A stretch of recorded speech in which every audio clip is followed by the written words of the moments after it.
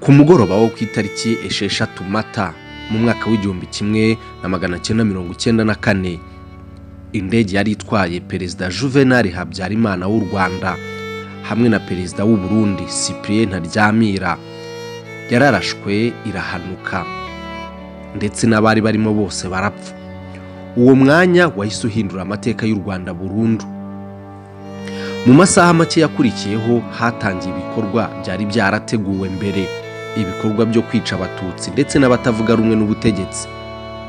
Ibi byari byarateguwe n'abayobozi bamwe b'icyo gihe bifashishije imitwe yitwara gisirikare n'urubyiruko rwari rwaratojwe. Mu bateguye jenoside hagaragaramo abayobozi bo mu nzego zitandukanye za leta, abasirikare bamwe n'abanyepolitike bakwirakwizaga ingengabitekerezo y'urwango. Ibitangazamakuru nka radio RTRM byakoreshejwe mu gukwirakwiza ubutumwa bushishikariza abaturage kwica ndetse no gutoteza abatutsi.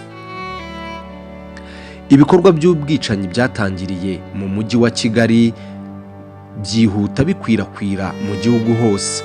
Abatutsi batangira kwicwa mu buryo bukomeye, bakicirwa mu ngo zabo, mu mihanda, mu nsengero ndetse no mu mashuri aho babaga bahungiye hose.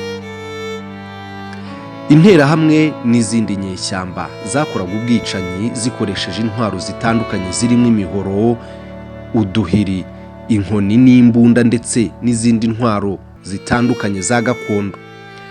Jenoside yakorwaga mu buryo bwateguwe neza, aho hari urutonde rw'abantu bagombaga kwicwa. Mu gihe cy'iminsi 100 gusa abatutsi barenga 1 miliyoni barishwe.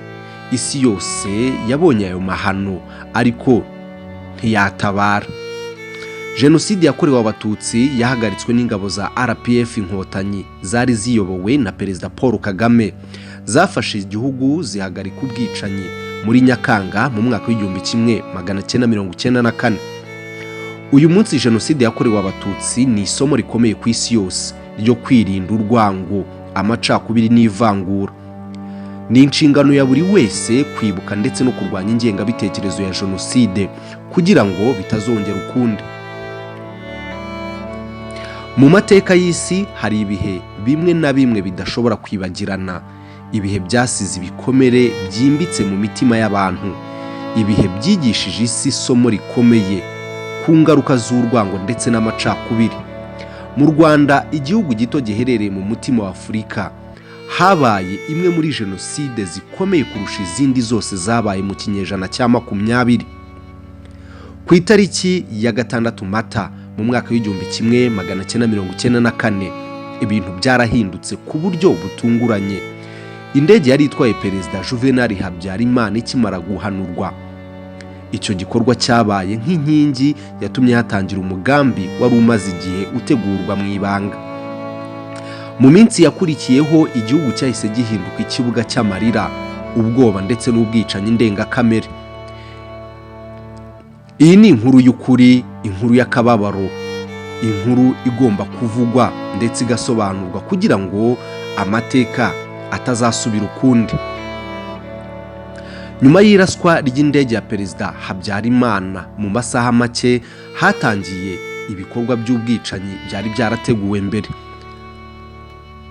Abari inyuma y'uyu mugambi bari bamaze igihe kinini bategura uburyo bwo kurimbura abatutsi. Hari harateguwe intwaro ndetse hategurwa n'urubyiruko rwitwaga interahamwe ndetse n'indi mitwe yitwara gisirikare yari ifite inshingano zo gushyira mu bikorwa uwo mugambi wa jenoside wo kurimbura abatutsi. Ibitangazamakuru by'umwihariko radio RTRM byagize uruhare rukomeye mu gukwirakwiza ubutumwa bw'urwango. Byabwiraga abaturage aho abatutsi bihishe, bikabashishikariza kubahiga ndetse no kubica. Ubwicanyi bwatangiriye i Kigali ariko mu minsi mike cyane bukwira igihugu hose.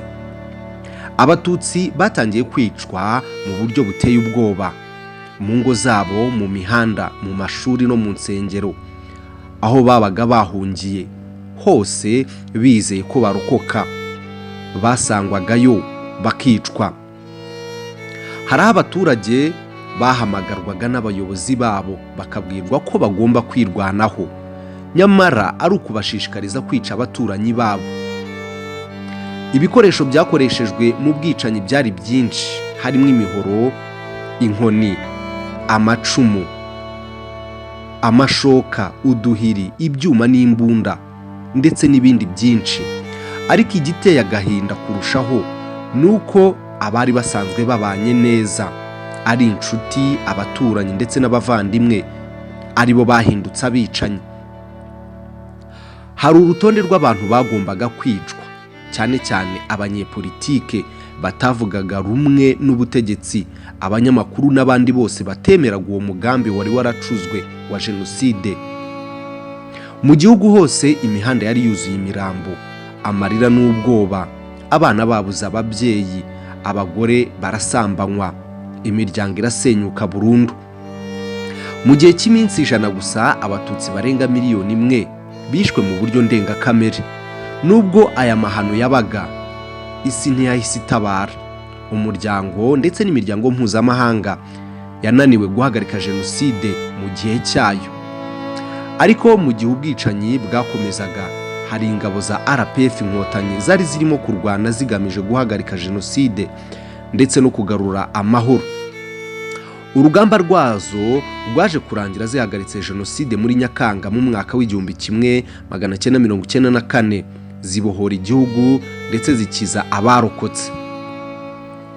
Jenoside yakorewe abatutsi yasize u Rwanda rushegeshwe, ubuzima bw'abantu bwarasenyutse, imiryango iratandukana, n'igihugu gisigara mu gahinda gakomeye. Ariko nubwo ibyo byose byabaye, u Rwanda rwahisemo inzira yo kwiyubaka, guharanira ubumwe n'ubwiyunge no kwirinda ko ayo mateka yasubira ukundi. Uyu munsi jenoside yakorewe abatutsi ni isomo rikomeye ku Rwanda ndetse no ku isi yose, isomo ryo kurwanya urwango, ivangura n'amacakubiri aho byava hose. Kwibuka si ukwibabaza gusa, ni ugusigasira amateka ndetse no kubaka ejo hazaza hatarangwa urwango. Ni inshingano ya buri wese guhaguruka akarwanya ingengabitekerezo ya jenoside aho yaba iri hose, kuko amateka twigisha ko iyo abantu bacecetse mu gihe cy'ikibi, ikibi gishobora gukura kikaba kinini kurushaho. Twibuke twiyubaka kandi duharanire isi irangwa n'amahoro ndetse n'ubumuntu. Ntibizongere ukundi. Jenoside never again.